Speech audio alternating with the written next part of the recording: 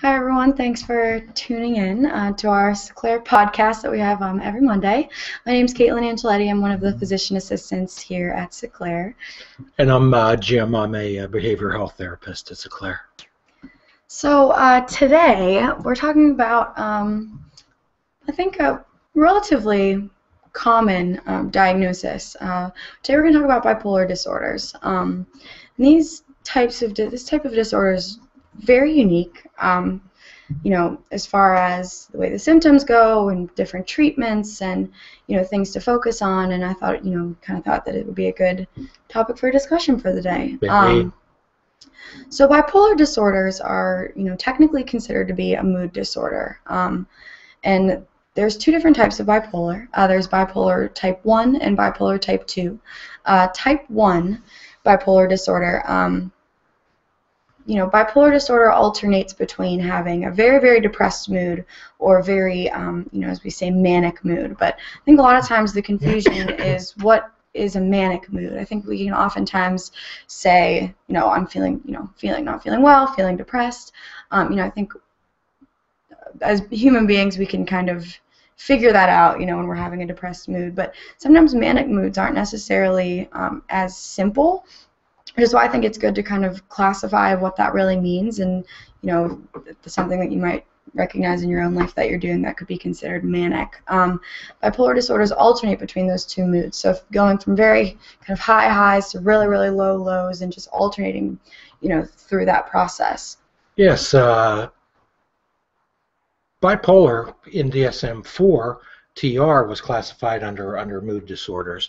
In the DSM-5, they put them a standalone, the bipolar disorders. They differentiate them between bipolar 1, which you have to have a manic episode. Manic episodes are you have exaggerated self-esteem, you're extremely talkative, you have a need for limited sleep, you just have bursts of energy, and you can engage in dangerous sexual activity, dangerous activities such as shoplifting, speeding, all those type of activities. You have little regard for your own physical safety or thoughts of that, racing thoughts, flights of ideas, and of course bipolar 2 is signified by major depression and followed by hypomanic episodes, which are to a similar degree, but not as exaggerated.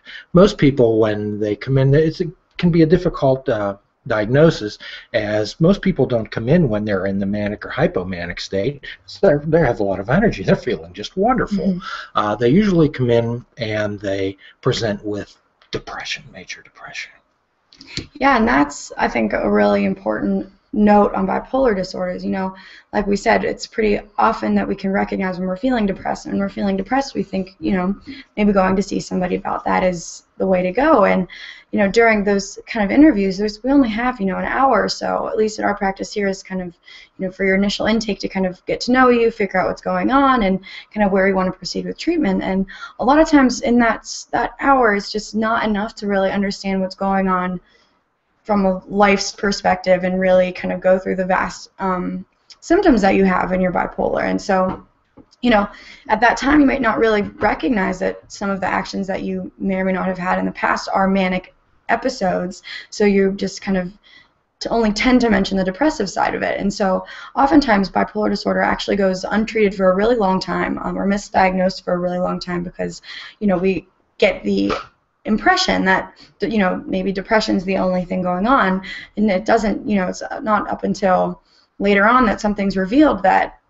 can kind of clue us into potential bipolar disorder. There was actually a patient that came in not too long ago, but she's on a 3-month kind of basis, and we thought that we had really kind of covering her symptoms pretty well, but there were just some certain aspects of her treatment that weren't quite being, I guess, resolved by the medications that she was on. And during a kind of standard med check, 15 minutes, one of the PAs, she just happened to mention something about her, she went on this shopping spree recently and spent all of this money, and just kind of described this really excessive amount of money spending that was she felt very impulsive and just kind of unusual. And that little comment in a 15-minute med check, caused the physician assistant to look at, maybe reassess her diagnosis, and he tried a new medication with her.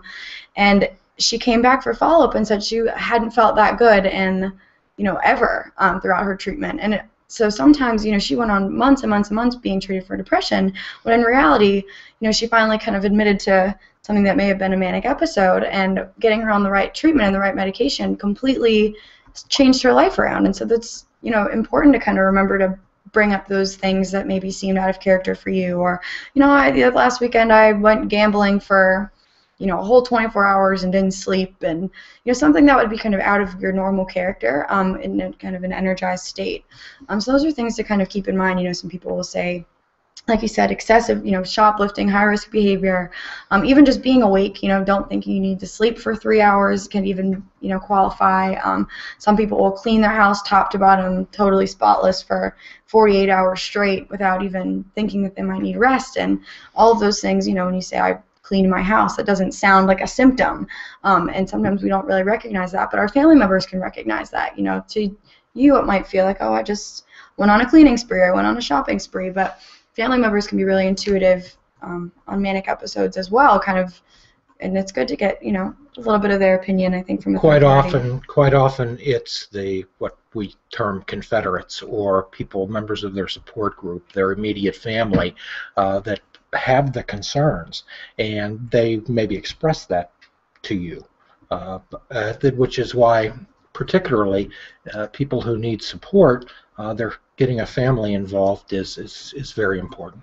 Yeah, definitely. And another thing as far as mania is concerned, bipolar certainly has different differential diagnoses, different working diagnoses. So sometimes when it might seem similar to depression, or the manic episodes might seem almost on the brim of psychosis, and those are things to keep in mind. A manic episode can kind of really flirt with the line of being a full-blown state of psychosis in some ways. And so those things are really important to know when diagnosing and treating, because we need to make sure that we're treating the right thing and making sure that it's not, a schizophrenic state, for instance, or where you're having really abstract delusional ideas and thoughts that, can kind of replicate a very high state of mania. And those things are, kind of important to decipher, whether it's, schizophrenic all the way down to depression, and even kind of, So as a physician's assistant, when you treat these folks, what type of medications are generally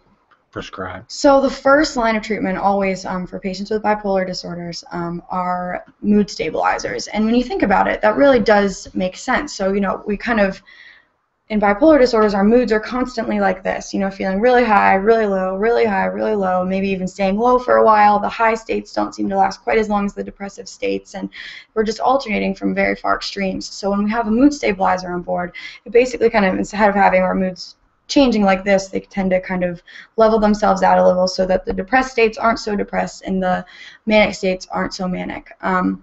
But oftentimes, I know a lot of people come into the practice saying that, medications kind of freak them out, or they're not sure, they don't want to be on a bunch of medications, particularly for mood. However, in bipolar patients, mood stabilizers seem to really, generally seem to really help control the manic episodes, but sometimes the depression is still pretty prevalent, and a lot of times these mood stabilizers, Lamictal is a good, example of that, or Depakote is a good one. Lithium's a common one as well. However, Depakote and lithium both require some blood work, which I think a lot of people don't enjoy getting done, so we try to kind of play with the ones that don't necessarily need as much medical follow-up. But a lot of times those medications need an adjunct, to having two buddies kind of working together to really solve the problem. So a lot of times people will be on an antidepressant as well as a mood stabilizer, and the combination of those two medicines seem to really help control most patients with bipolar disorder. Comorbidity with bipolar disorder is the rule rather than the exception. So an individual may come in, and when they're in these manic states or hypomanic states, they may be abusing drugs or alcohol.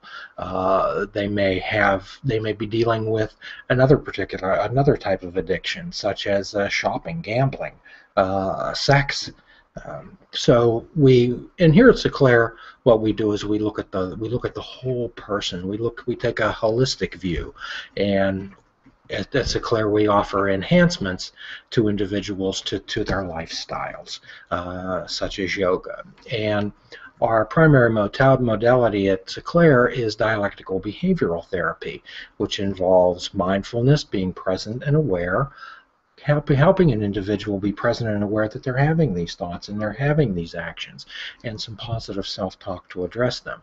We deal with distress tolerance, particularly helpful with depression.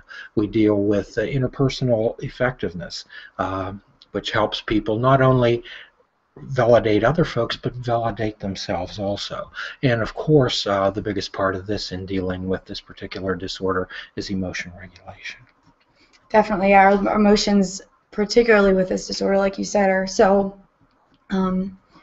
involved and really kind of hyper active, really just kind of to the forefront. So those really, really high energy states, really, really low depressive points, and figuring out a way other than, just medications, but that emotion regulation, figuring out, I'm sensing that I'm getting to a state of manic behavior or depressive behavior, and kind of recognizing what you can do to help regulate that emotion so that it's not causing a problem in your life. And that's when the mindfulness becomes involved in dialectical behavioral based mindful cognitive behavioral change.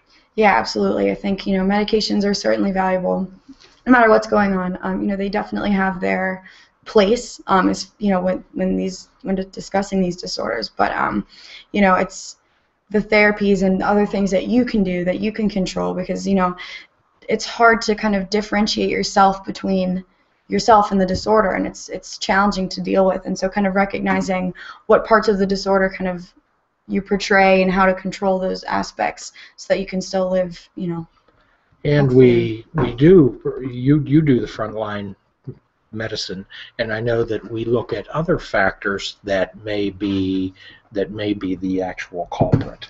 Yeah, absolutely. So usually during the intake, no matter really what's going on, most people end up getting blood work ordered, and really it seems kind of, I think a lot of people kind of look at us weird when we say, okay, we're going to order some labs, and obviously nobody likes to go get pricked with needles and things to get blood drawn. However, it's really an important part of the whole picture.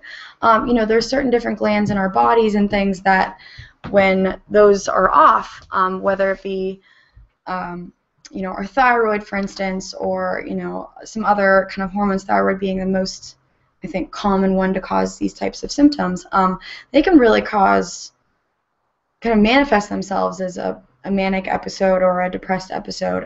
Having a hyperthyroid, so being overly abundant with your thyroid hormone, can cause really high anxiety. You can be shaky, be really wide awake. You'll notice, physical changes and things that can occur along with mood changes. And a low thyroid causes depressive symptoms. So, weight gain, feeling tired, feeling kind of depressed and sad, and lacking energy. All of those things play a role. And if our thyroid is kind of bouncing back and forth, it may, present itself as a bipolar disorder. So it's really important to kind of follow through with these lab works and make sure that everything else inside is going okay too, because I think treating everyone from a whole perspective, like you said, we can't really have those goggles on of just being focused on only the mood. We want to make sure that the body's functioning well too, because if our bodies aren't functioning well, our brains aren't going to be able to work to the best of their ability as is, and we're a whole unit, and we can make sure we take care of ourselves that way. And here at Seclair, we also assist folks in dealing with substance abuse and use, which also substance-related disorders can also appear as bipolar. A person, multiple sclerosis, stroke, Cushing's disease. We want to rule out things before and make sure that we're treating people in the proper way. Absolutely. So yeah, those are just some, kind of tips about bipolar disorder that, you may or may not have known, and, things to look out for in your own life and kind of become aware of that maybe haven't been brought to the forefront. Remembering, that even some of the smallest things are really important to kind of tell your provider and let them know, hey, I did this one behavior that doesn't seem like myself, and bringing up even the little things can be, really, really valuable to your whole treatment aspect. So kind of remembering to include that as well during your appointments. So you can follow us at Seclair on Google Plus or Facebook and join us live on Mondays around noon, so you can ask your own questions for us to answer during our discussions. And stay tuned for these and other great articles and videos at www.seclair.com and on our YouTube page. And as today is opening day for the Pittsburgh Pirates, we can always say, let's go Bucks, and be good to yourself. Please, be good to you. Let's go Bucks. Let's go Bucks. Let's go Bucks. Let's go Bucks.